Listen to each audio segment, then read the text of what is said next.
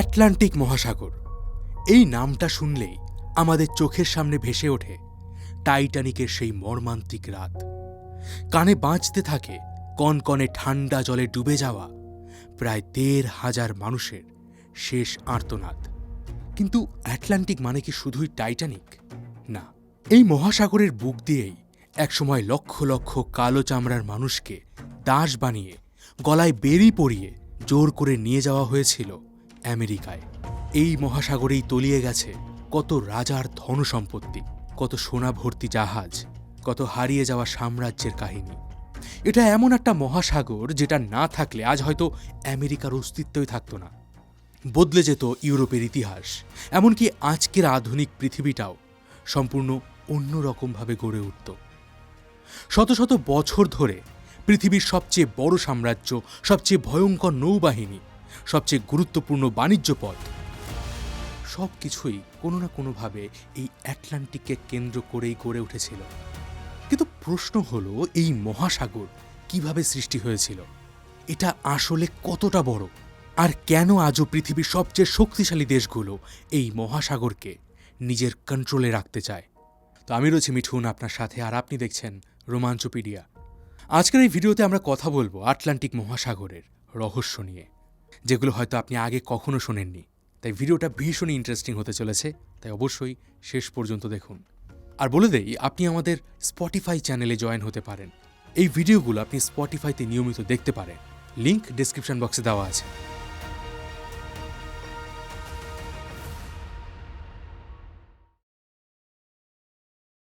আটলান্টিকের এই কাহিনী বলার আগে চলুন আপনাদেরকে নিয়ে যাই টাইটানিকের থেকেও এক মর্মান্তিক কাহিনীতে, যে জাহাজ এই অতল সাগরেই তলিয়ে গিয়েছিল। সময়টা ছিল ১৮৫৭। আমেরিকায় তখন ক্যালিফোর্নিয়া গোল্ড রাশ চলছে। হাজার হাজার মানুষ সোনার খোঁজে পশ্চিমের দিকে ছুটছিল। কেউ পাহাড় খুঁড়ছে, তো কেউ নদীর বালি ছেকে সোনা বের করছে। আর সেই সোনা জাহাজে করে পৌঁছে দেওয়া হচ্ছিল আমেরিকার পূর্ব উপকূলে নিউ ইয়র্কের ব্যাংক আর ব্যবসায়ীদের কাছে। তো এমনই একটা যাত্রায় এসএস সেন্ট্রাল আমেরিকা নামের একটা স্টিমশিপ পানামা থেকে নিউ ইয়র্কের দিকে রওনা দেয়। এই জাহাজে ছিল শত শত যাত্রী, ব্যবসায়ী, পরিবার আর বিপুল পরিমাণে সোনা। কিন্তু সেই জাহাজ যখন মাঝপথে আটলান্টিক মহাসাগর পাড়ি দিচ্ছিল, হঠাৎ করেই আবহাওয়া বদলাতে শুরু করে। আকাশ কালো হয়ে যায়, বাতাসের গতি বাড়তে থাকে, ঢেউ ধীরে ধীরে পাহাড়ের মতো উঁচু হতে থাকে। কয়েক ঘন্টার মধ্যেই জাহাজটা আটলান্টিকের এক ভয়ঙ্কর হারিকেনের মধ্যে আটকে যায়। প্রথমে যাত্রীরা ভেবেছিল যে ঝড় হয়তো কেটে যাবে, কিন্তু রাত যত বাড়তে থাকে জাহাজের ভেতরে ততই জল ঢুকতে শুরু করে। ইঞ্জিন দুর্বল হয়ে যায়, পাম্প কাজ করা বন্ধ করে দেয়, আর এবার ডুবতে শুরু করে এই বিশাল আকার জাহাজটি। শেষ মুহূর্তে কয়েকজন নারী আর শিশুকে লাইফ বোটে তোলা সম্ভব হয়েছিল, কিন্তু কয়েকশো মানুষ সেই রাতে আটলান্টিকের গভীরে হারিয়ে যায়।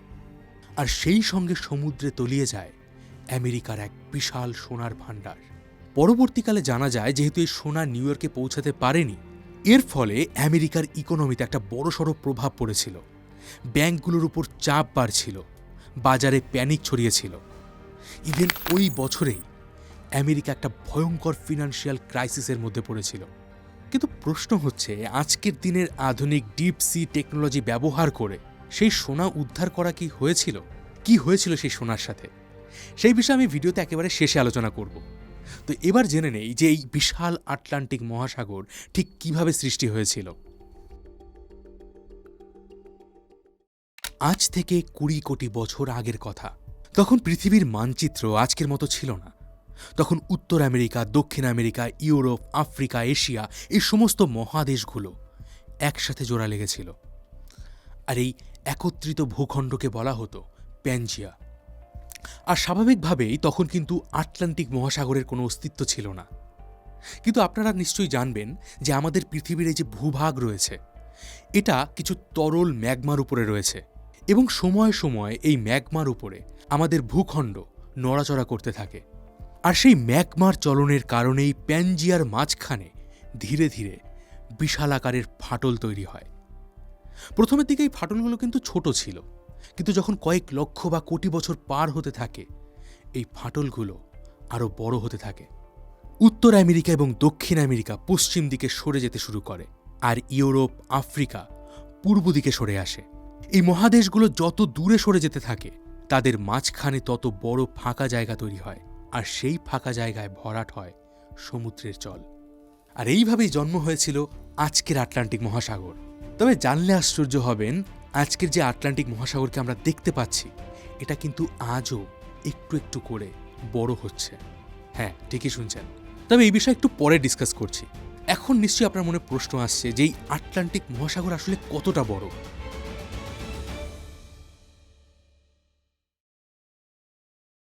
দেখুন, ওয়ার্ল্ড ম্যাপে এই যে আপনি এস আকারের অক্ষরটা দেখতে পাচ্ছেন, এই যে নীল রঙের এরিয়াটা, এটাই হচ্ছে আটলান্টিক মহাসাগর। এর আয়তন প্রায় 8,51,00,000 বর্গ কিলোমিটার। এই মহাসাগর উত্তরে সুমেরু মহাসাগর থেকে দক্ষিণে আন্টার্কটিকা পর্যন্ত চলে গেছে, আবার পশ্চিমে উত্তর ও দক্ষিণ আমেরিকা থেকে পূর্বে ইউরোপ এবং আফ্রিকা পর্যন্ত বিস্তৃত। এই এরিয়াটা কতটা বড় সেটা একটু সহজ করে বলছি। আমাদের ভারতের মোট আয়তন 32 লক্ষ বর্গ কিলোমিটার।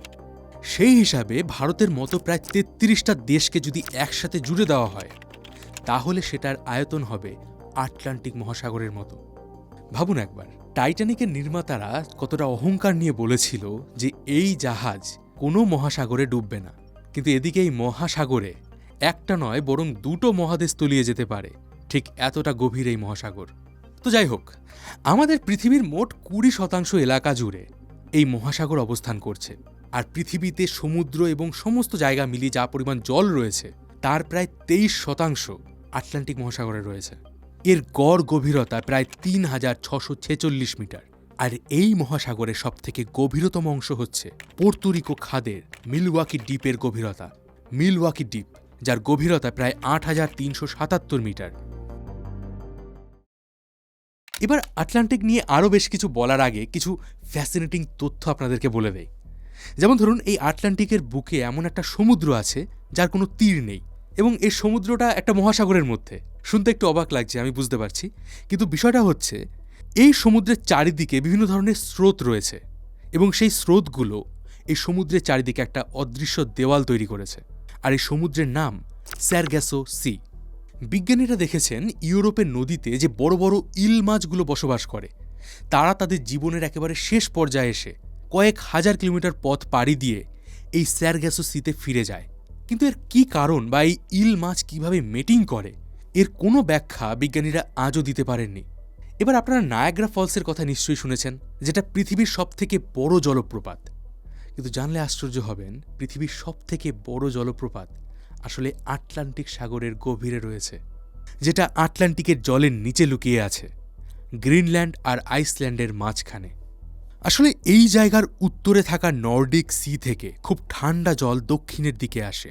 আর আপনারা জানবেন যে ঠান্ডা জল সাধারণত ভারী এবং ঘন হয়। অন্যদিকে তার সামনে থাকে তুলনামূলক উষ্ণ এবং হালকা জল। আর এই ঠান্ডা ভারী জল যখন ডেনমার্কের স্ট্রেটের নিচে সমুদ্রের পাহাড় বা রিজের কাছে পৌঁছায়, তখন সেটা হালকা জলের উপর ভেসে থাকতে পারে না, আর সেই ভারী জল হঠাৎ করেই নিচের দিকে পড়তে শুরু করে। বাইরে থেকে দেখলে কিন্তু এই জিনিসটা বোঝা যায় না। যখন বিজ্ঞানীরা ডিপ সি এক্সপ্লোরেশন করেন, তখন তারা হিডেন ওয়াটারফলসকে খুঁজে পেয়েছিলেন। আর বলে দেই, এই জল কিন্তু 3.5 কিলোমিটার নিচ পর্যন্ত চলে যায়। পরপর যদি 3টে নায়াগ্রা ফলসকে একটার উপর আর একটা বসিয়ে দেওয়া হয়, তাহলে গিয়ে এই সমান জলপ্রপাতের সাইজ হবে। এবারে যে এত বিশাল আটলান্টিক মহাসাগর, এই বিশালতার জন্য গোটা পৃথিবীর ক্লাইমেটের উপরে আটলান্টিক মহাসাগর একটা হিউজ এফেক্ট ফেলে। এই মহাসাগরের জলের তাপমাত্রা যদি সামান্য ওঠানামা করে, তাহলে কয়েক হাজার কিলোমিটার দূর পর্যন্ত এর প্রভাব পড়ে। এই মহাসাগরের একটা বিশাল বড় অংশ জুড়ে চলে গালফ স্ট্রিম। এটা হলো একটা গরম সামুদ্রিক স্রোত, যেটা মেক্সিকোর উপসাগর থেকে শুরু হয়। আর এই গরম জলের স্রোতটা খুব স্পিডে উত্তরে ইউরোপের দিকে এগিয়ে যায়। শুনতে স্বাভাবিক মনে হলেও এর ফলাফল কিন্তু ভয়ঙ্কর। আপনারা দেখবেন শীতকালে কানাডার বেশিরভাগ অংশই বরফে ঢাকা থাকে, কিন্তু প্রায় একই অক্ষাংশে অবস্থিত থাকা ইউরোপের বন্দরগুলোতে কিন্তু বরফ জমে না। আর এর পেছনে আছে গালফ স্ট্রিম। আসলে মেক্সিকোর গালফে থাকা সমুদ্রের গরম জল এই স্রোতের প্রভাবে চলে যায় উত্তরে ইউরোপের বন্দরগুলোতে, যে কারণে এই এলাকার আবহাওয়া কানাডার তুলনায় বেশ উষ্ণ থাকে। তাই যদি কোনো বছর এই স্রোত দুর্বল হয়ে যায় তাহলে পুরো ব্রিটেন, ফ্রান্স, জার্মানি বরফের মরুভূমিতে পরিণত হবে। তবে গালফ স্ট্রিমের পেছনে আরও একটা জিনিস কিন্তু কাজ করে, সেটা হলো থার্মোহ্যালাইন সার্কুলেশন। এটাকে গ্লোবাল কনভেয়ার বেল্টও বলা হয়। বিষয়টা আমি একটু সহজ করে বলছি। এখানে থার্মো কথার অর্থ হচ্ছে তাপ, আর হ্যালাইন মানে হচ্ছে লবণাক্ততা। এই প্রক্রিয়ার ফলে আটলান্টিকের ওপরের জল যখন অতিরিক্ত লবণাক্ত আর ঠান্ডা হয়ে যায় তখন সেটা ভারী হয়ে সমুদ্রের একেবারে তলদেশে চলে যায়, আর সমুদ্রের তলার যে তুলনামূলক গরম জল থাকে সেটা উপরে উঠে আসে। এর ফলে গভীর সমুদ্রে থাকা প্রচুর পরিমাণে নাইট্রোজেন, ফসফরাস এবং অন্যান্য পুষ্টি উপাদান সেগুলো উপরের দিকে উঠে আসে এবং সমুদ্র পৃষ্ঠে ছড়িয়ে পড়ে। এর ফলে সমুদ্রে প্ল্যাঙ্কটনের পরিমাণ বেড়ে যায়। আর বলে দেই, সমুদ্রের ম্যারিন ফুড চেইন পুরোটাই এই প্ল্যাঙ্কটনের উপর নির্ভর করে। প্ল্যাঙ্কটন থেকে ছোট ছোট মাছ, ছোট মাছ থেকে বড় মাছ, আর শেষে মানুষ, এইভাবেই চলতে থাকে। মানে আটলান্টিকের গভীরে এই সার্কুলেশন যদি বন্ধ হয়ে যায় তাহলে সেটা আমাদের বাস্তুতন্ত্রের উপর একটা হিউজ এফেক্ট ফেলবে। তবে প্ল্যাঙ্কটনের গুরুত্ব কিন্তু এখানেই শেষ নয়। আমাদের পৃথিবীর বেশিরভাগ অক্সিজেন আসে অ্যামাজন জঙ্গল থেকে। এখানে একটা ছোট্ট তথ্য আপনাদের দিয়ে দেই, এই প্ল্যাঙ্কটন কিন্তু আমাদের পৃথিবীর অক্সিজেনের একটা বিশাল বড় সোর্স। এরপর আসে এই মহাসাগরের সবথেকে ইন্টারেস্টিং একটা পার্ট। আমরা এই মহাসাগরকে আজও পুরোপুরিভাবে বুঝতে পারিনি। বিজ্ঞানীদের রিপোর্ট অনুযায়ী এখনও পর্যন্ত এই মহাসাগরের মাত্র 20 থেকে 25% এলাকায় এক্সপ্লোর করা সম্ভব হয়েছে। সমুদ্র তলের প্রায় 75% এখনও ম্যাপিং করাই সম্ভব হয়নি। আর এই অজানা জগতের সবথেকে রোমাঞ্চকর রহস্যগুলোর মধ্যে একটি হল মিড আটলান্টিক রিজ, যেটা সমুদ্রের মধ্যে থাকা এক বিশাল বড় পর্বতমালা শ্রেণী, যা শুরু হয়েছে উত্তর মেরুর কাছ থেকে এবং বিস্তৃত প্রায় দক্ষিণ মেরু পর্যন্ত। এর দৈর্ঘ্য প্রায় 16,000 কিলোমিটার। ভাবলে অবাক হবেন যে হিমালয়, আন্দিজ এবং আল্পসের মতো বিশাল বিশাল পর্বত শ্রেণীগুলোকে আমরা দেখতে পাই, তার থেকেও অনেক বড় একটা পর্বত শ্রেণী এই মুহূর্তে আটলান্টিকের গভীরে জলের নিচে লুকিয়ে আছে। আপনাদেরকে ভিডিও শুরুতে বলেছিলাম এই যে আমাদের পৃথিবীর যে ভূমিস্তর রয়েছে তার নিচে যে লাভা রয়েছে তা আজও তরল অবস্থায় আছে এবং তা ক্রমাগত নড়াচড়া করছে। সেই প্রসেস কিন্তু এখনও বন্ধ হয়নি, যে কারণে আটলান্টিক মহাসাগর আগের তুলনায় আরও বড় হচ্ছে। উত্তর আমেরিকান প্লেট আর ইউরেশিয়ান প্লেট প্রতি বছর একে অপরের থেকে দূরে সরে যাচ্ছে। আর যখন এই দুটো পাত একে অপরের থেকে দূরে সরে যায় তখন মাঝখানের ফাটল দিয়ে বেরিয়ে আসে ফুটন্ত ম্যাগমা, যা তৈরি করে নতুন ভূত্বক। আর লক্ষ লক্ষ কোটি কোটি বছর ধরে এই ম্যাগমা জমে জমে মিড আটলান্টিক রিজ তৈরি হয়েছে। ইভেন আইসল্যান্ড দেশটাও এই জলের নিচে থাকা পর্বতের একটি অংশ। আটলান্টিকে হয়তো প্রশান্ত মহাসাগরের মতো বিশাল বড় রিং অফ ফায়ার নেই, কিন্তু তাই বলে এখানে ভূমিকম্প হয় না তা কিন্তু নয়। 1755 সালে এক ভয়ঙ্কর ভূমিকম্প হয়েছিল, যা পরিচিত লিসবন আর্থকোয়েক নামে। এই সময় সমুদ্রের তলার কম্পনের কারণে পুরো শহরটাই ধ্বংস হয়ে গিয়েছিল। আবার আটলান্টিকের আরেক প্রান্তে লুকিয়ে আছে পৃথিবীর সবথেকে রহস্যময় স্থান বারমুডা ট্রায়াঙ্গেল, ত্রিভুজ আকৃতির একটি জায়গা যেখানে হঠাৎ করে রহস্যজনকভাবে অনেক জাহাজ আর বিমান নিখোঁজ হয়ে গেছে। তবে এই ভিডিওতে আমি বারমুডা ট্রায়াঙ্গেল নিয়ে বেশি কিছু বলবো না। আপনারা যদি একটা ডেডিকেটেড ভিডিও চান আমাকে কমেন্ট সেকশনে অবশ্যই জানাবেন। তবে একটা ইন্টারেস্টিং ব্যাপার হচ্ছে, এত গভীর সমুদ্রের মধ্যেও জীবন কিন্তু থেমে নেই। এবার প্রশান্ত মহাসাগরের ডকুমেন্টারিতে আমরা বলেছিলাম যে সমুদ্রের গভীরে যে হাইড্রোথার্মাল ভেন্টগুলো থাকে তার ফলে সমুদ্রের এত গভীরেও একটা ইকোসিস্টেম তৈরি হয়েছে।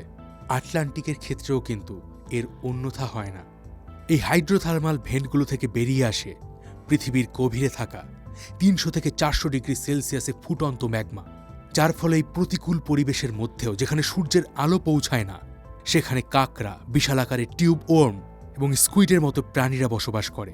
তবে আজকের দিনে এই বিশাল মহাসাগর কিন্তু পৃথিবীর অর্থনীতি এবং রাজনীতিরও অন্যতম গুরুত্বপূর্ণ কেন্দ্র। পৃথিবীর সবথেকে ব্যস্ত সমুদ্র পথগুলোর বেশিরভাগই আটলান্টিকের উপর দিয়ে গেছে। ইভেন আমরা যে ইন্টারনেট ব্যবহার করি সেই ইন্টারনেটের 99% কেবল সমুদ্রের তলদেশেই বিছিয়ে রাখা হয়, যার একটা বিশাল বড় অংশ এই ট্রান্স আটলান্টিক কেবল নেটওয়ার্ক। এই আটলান্টিকের সবথেকে ভয়ঙ্কর শক্তি হল হারিকেন, যার কবলে পড়ে সেই সোনা ভর্তি জাহাজটা ডুবে গিয়েছিল। আপনারা অনেকে টাইফুন, হারিকেন এবং সাইক্লোন এই 3 ধরনের ঝড়ের কথা শুনেছেন। আসলে ঝড়গুলো কোথায় তৈরি হচ্ছে তার উপরে নির্ভর করে ঝড়গুলোর নাম দেওয়া হয়। উত্তর পশ্চিম প্রশান্ত মহাসাগরে হলে তাকে বলা হয় টাইফুন, আর আটলান্টিক এবং পূর্ব প্রশান্ত মহাসাগরে হলে তাকে বলা হয় হারিকেন। আসলে প্রতি বছর আটলান্টিক মহাসাগরের উষ্ণ জলের ওপরে অসংখ্য ঝড়ের সৃষ্টি হয়। সমুদ্রের গরম জল থেকে শক্তি নিয়ে এই ঝড়গুলো ধীরে ধীরে বিশাল আকার ধারণ করে, তারপর ঘণ্টায় 200 থেকে 300 কিলোমিটার বেগে উপকূলের দিকে ছুটে আসে। ইতিহাসে এমন অনেক হারিকেন রয়েছে যেগুলো পুরো শহরকে ধ্বংসস্তূপে পরিণত করেছে। যেমন ধরুন 2005 সালের হারিকেন ক্যাটরিনা, যেটা আমেরিকার নিউ অর্লিন্স শহরে ভয়াবহ ধ্বংসযজ্ঞ চালিয়েছিল। আবার 2012 সালের হারিকেন স্যান্ডি, যেটা আমেরিকার পূর্ব উপকূলে ব্যাপক ক্ষয়ক্ষতি করেছিল। আর বিজ্ঞানীদের ধারণা অনুযায়ী যেভাবে তাড়াতাড়ি আমাদের পৃথিবীর জলবায়ুর পরিবর্তন হচ্ছে, তাতে ভবিষ্যতে এই হারিকেনের মাত্রা আরও বাড়তে চলেছে। এবং এরই পাশাপাশি গ্রিনল্যান্ডের বরফের চাদর গলে গিয়ে কোটি কোটি টন মিষ্টি জল আটলান্টিকের নোনা জলে মিশে যাচ্ছে। এর ফলে সমুদ্রের উচ্চতা বাড়ছে, গালফ স্ট্রিমের মতো স্রোতগুলো স্লো হয়ে যাচ্ছে। মানে ভবিষ্যতে এই ভয়ঙ্কর আটলান্টিক আরও বেশি ভয়ঙ্কর হয়ে উঠতে চলেছে।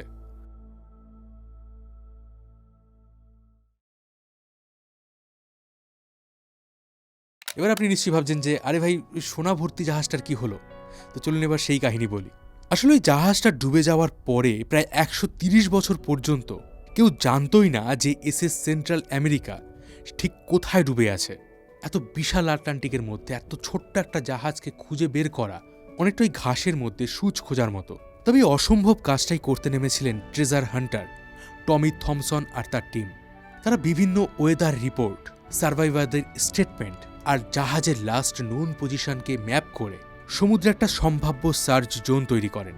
আর তারপর ডিপ সি রোবট নামানো হয় আটলান্টিকের অন্ধকার তলদেশে। আর সমুদ্রের প্রায় 7,000 ফুট নিচে ওই রোবট একটা জাহাজের ধ্বংসাবশেষ খুঁজে পায়। তবে তারা কিন্তু শুরুতে বুঝতে পারছিলেন না যে এটাই এসএস সেন্ট্রাল আমেরিকা কিনা। কিন্তু ধীরে ধীরে তারা যখন জাহাজের আরও বিভিন্ন স্ট্রাকচারগুলোকে দেখেন, তারা বুঝতে পারেন যে তারা সত্যি শিপ অফ গোল্ডের সামনে দাঁড়িয়ে আছেন। আর এখানেই তারা খুঁজে পান সেই হারিয়ে যাওয়া সোনা। তবে এই জাহাজটা খুঁজে পেলেও ইতিহাসে এমন বহু জাহাজ রয়েছে যারা আজও আটলান্টিকের গভীরে শুয়ে আছে, যাদের আজও খুঁজে পাওয়া সম্ভব হয়নি। সব মিলিয়ে আটলান্টিক শুধুমাত্র একটি মহাসাগর নয়, এটা রহস্যে ঘেরা একটা ডায়নামিক সিস্টেম, যার প্রভাব পৃথিবীর প্রতিটা কোনায় কোনায় ছড়িয়ে আছে। আটলান্টিক মহাসাগর থেকে আপনি যদি একটু পশ্চিম দিকে যান, তাহলেই আপনি দেখতে পাবেন বিশাল বড় অ্যামাজন জঙ্গল। আর এই অ্যামাজন জঙ্গলও কিন্তু একটা হিউজ রহস্যের ভাণ্ডার। এই বিষয়ে ডিটেলসে জানার জন্য আপনি এই ভিডিওটা দেখতে পারেন। কেমন লাগলো আজকের এই পর্ব? এরকম ধরনের ভিডিও কি আপনি আরও দেখতে চান? কমেন্ট সেকশনে অবশ্যই জানাবেন। আপনি আমাদের হোয়াটসঅ্যাপ চ্যানেলে জয়েন হতে পারেন রেগুলার আপডেটের জন্য। তো দেখা হবে পরের ভিডিওতে। ততদিন ভালো থাকবেন, সুস্থ থাকবেন। আর আমি ছিলাম মিঠুন আপনার সাথে।